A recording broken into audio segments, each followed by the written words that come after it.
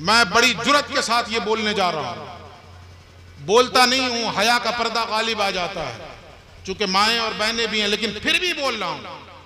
वजह उसकी यही है कि अगर नहीं बताया जाए तो कब बताया जाए। अकेले में तो आप हमसे मिलने आओगे नहीं, तो बताना तो पड़ेगा ही। इस वक्त इस्लाम दुश्मन ताकतें पूरे मुनज़्ज़म तरीके से इस पर काम कर रही हैं कि मुस्लिम घरों की बच्चियों को चाहे जैसे भी हो उन्हें वरगलाओ और उन्हें कुफ्र की आगोश में लाओ। पूरा मुनज़्ज़म चल रहा है ये, आप होश में नहीं हैं। और ये तूफान इस तेजी से उठा है, इस तेजी से उठा है कि कब मेरा या आपका घर इसकी चपेट में आ जाए पता नहीं है जी। ऐसे ऐसे लोगों को मैं जानता हूं कि कदमों से जमीन खिसक जाएगी, जिनकी बच्चियां इर्तिदाद की शिकार हो गई। और हम हैं, खुदा के लिए अपनी एनर्जी बचाइए, खुदा के वास्ते। बच्चियों को जाहिल तो रख नहीं सकते, पढ़ाना तो पड़ेगा। भेजते कहां हैं? उस स्कूल में जिसका निजाम काफिराना। और जब से मैं खुद स्कूल से जुड़ा हूं तो मुझे इसकी संगीनी का और ज्यादा अंदाजा हो गया, किस कदर संगीन सूरत हाल है। 7वीं और 8वीं क्लास की सूरत हाल इतनी संगीन है तो ऊपर को छोड़ दीजिए, आप 9, 10 और 11, 12 को छोड़ दीजिए। 7वीं 8वीं क्लास की सूरत हाल इतनी संगीन है। लेकिन हमारे यहां क्या है, हमारी एनर्जी दीन के नाम पे कहां खर्च होगी। मैं माफी के साथ अर्ज करूं, मैं एक चश्मी मुल्ला नहीं हूं, एक आंख से देखूंगा। अल्लाह ने मुझे 2 आंख दी है, दोनों आंख से देखता हूं। हमारी सारी एनर्जी कहां खर्च हो रही है? 40वां में, बरसी में, उर्स में, चादर में, गागर में, फातिहा में कीजिए, लेकिन एक दायरे के अंदर। और ये जो कुछ पैसे आप खर्च कर रहे हैं इन रसूमात के नाम पर, खुदा के लिए अगले 10 साल ये सारी एनर्जी बचाइए और टोटल को इंक्लूड करके तालीम पे लगाइए। अपनी बच्चियों के लिए अपने मोहल्ले में स्कूल कायम कीजिए, जहां सिर्फ और सिर्फ बच्चियों के लिए 1 से लेकर 12 तक आला से आला तालीम का इंतजाम हो। आला से आला तालीम, और सिर्फ बिहार बोर्ड नहीं, सीबीएसई बोर्ड से एफिलिएटेड हो, इंग्लिश मीडियम हो, जमाने की दौड़ में पीछे ना रह जाए, स्ट्रगल फॉर एग्जिस्टेंस में मार ना खा जाए। जाहिल नहीं रख सकते, दूसरों के यहां भेजिएगा, कोई भरोसा नहीं। बाज़ाब्ता इस पर मैं आपको एक बात बता दूं, ये मेरे साथ हुआ है। एक बच्ची मुझसे फोन करके पूछती है कलकत्ता की कि ये मेरी सूरत हाल है। मैं इशारे में बोल रहा हूं, हजरत आप मुझे बताइए कि ऐसी सिचुएशन में मेरे लिए खुदकुशी जायज है कि नहीं। बाप अंदाजा कीजिए क्या हुआ होगा उसके साथ।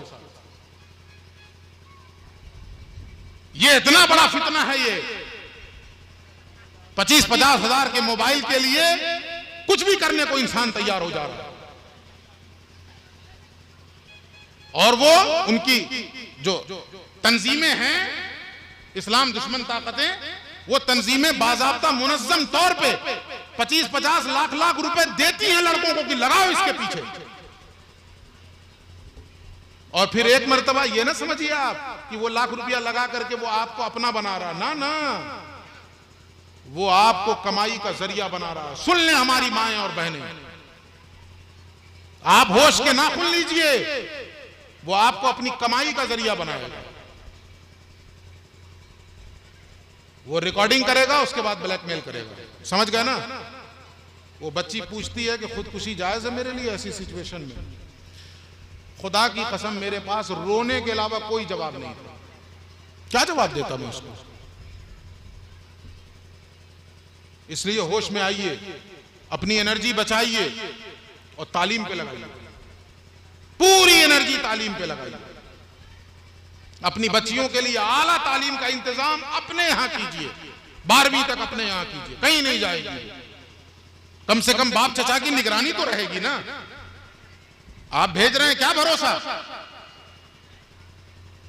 समझ जाइए आप हालात की संगीनी को। हर चीज बहुत खोल करके नहीं बयान की जा सकती है। तो सुनिए, पैगंबर की बीवियों के जरिए अल्लाह उम्मत की औरतों को क्या पैगाम दे रहा है। पैगाम असल में उम्मत की औरतों को देना है। वास्ता बनाया पैगंबर की बीवियों को। अल्लाह कहता है नबी की बीवियों, अगर किसी से बात करनी पड़ जाए तो आवाज में लोच पैदा नहीं कीजिए। लोच पैदा करने का मतलब क्या हुआ? आवाज करख्त रखिए एकदम।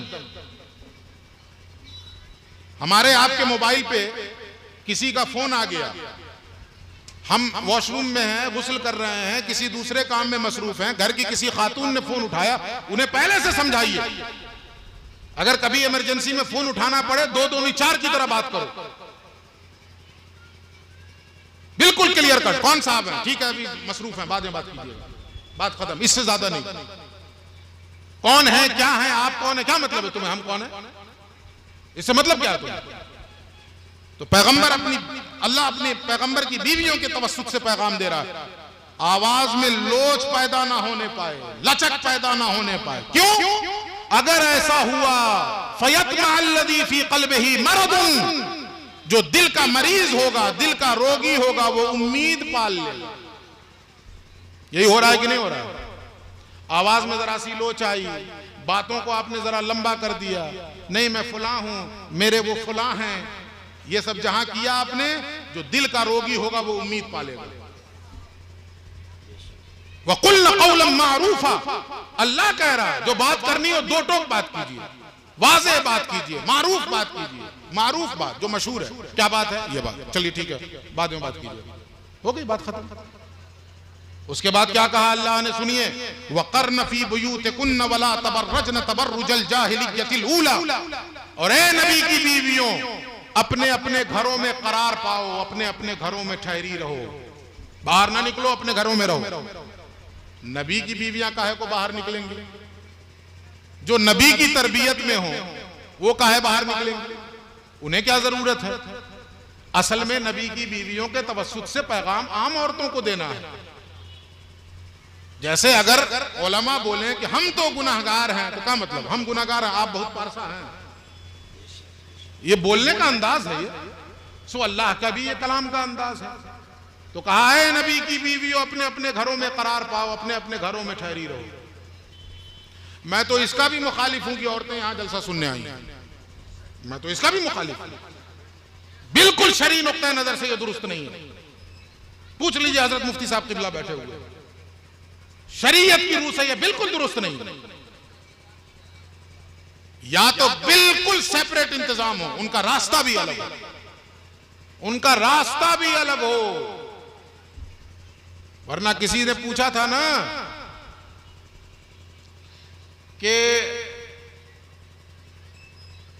मर्द किसी औरत को पढ़ा सकता है कि नहीं, तो जवाब दिया उस अल्लाह वाले ने, पढ़ाने वाला जुनैद बगदादी हो, पढ़ने वाली राबिया बसरिया हो, जिस जगह पे पढ़ाया जाए वो बैतुल्लाह हो, जो चीज पढ़ाई जाए वो कलामुल्लाह हो, फिर भी दुरुस्त नहीं है, फिर भी दुरुस्त नहीं है। होश के नाखून ले हम कहां हैं? एक तूफान है जो हमारे घरों पे दस्तक दे रहा है। तो अल्लाह ने कहा अपने अपने घरों में ठहरी रहो। और 1450 बरस पहले जो पैगाम दिया गया जरा सुन लीजिए, बिल्कुल उसके उलट कर रही हैं इस वक्त मुसलमान औरतें और मुसलमान बच्चियां। अल्लाह ने कहा वला तबर्रजन तबर्रुजल जाहिलिय्यतिल ऊला, और जाहिलियत वाला तबर्रुज ना अपनाओ। ये तबर्रुज क्या है जिसको कुरान ने कहा जाहिलियत वाला तबर्रुज ना अपनाओ? बुर्ज समझते हैं? बुर्ज, सबसे बड़ी बिल्डिंग इस वक्त दुनिया की कौन सी है? बुर्ज अल खलीफा है ना, उसका नाम है बुर्ज। बुर्ज किसको कहते हैं? आपने पुरानी इमारतों में देखा होगा, किले वगैरह में, या पुराने जो आस्ताने होते हैं, दरगाहें होती हैं, एक तो बड़ा गुंबद होता है जो सेंटर में होता है, और उसके बाद पूरी छत पे छोटे छोटे छोटे छोटे गुंबद इतने इतने बड़े बने होते हैं, उसको कहा जाता है बुर्ज। बस समझिएगा मैं इशारे में बोल रहा हूं। तबर्रुज ना अपनाओ यानी ऐसा लिबास ना पहनो जो बुर्ज की शक्ल बन जाए। समझ गए आप? आज क्या हो रहा है?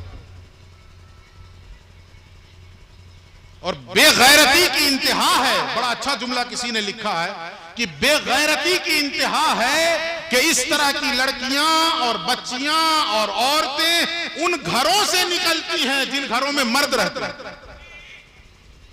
फिर वो मर्द किस बात का, वो बाप कैसा है, वो भाई कैसा है जो अपनी गैरत का सौदा कर रहा है, बल्कि अपने साथ घुमा रहा है इस लिबास में, इतने तंग और चुस्त लिबास में जिससे जिस्म की बनावट झलक रही है।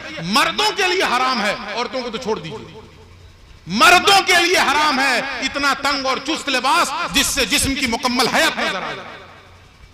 यहां औरतें पहन रही हैं। अच्छा, अजीब अलमिया यह है कि मर्द तो फिर भी गनीमत पहन रहा है, औरतें और नंगी होती जा रही हैं। मर्द तो फिर भी गनीमत पहन रहा है। होश में आइए बिनते हुआ, आपकी आजादी के नाम पे आपका इस्तेहसाल किया जा रहा है, आपका इस्तेमाल किया जा रहा है। अल्लाह ने कहा वला तबर्रुज न तबर्रुजल जाहिलियतिल उला, जाहिलियत वाला तबर्रुज न इख्तियार करो। वाक़िमनस सलात, नमाज कायम रखो। वातीनस ज़कात, ज़कात देती रहो। वातिअनल्लाह व रसूलह, अल्लाह और उसके रसूल की इताअत करती रहो।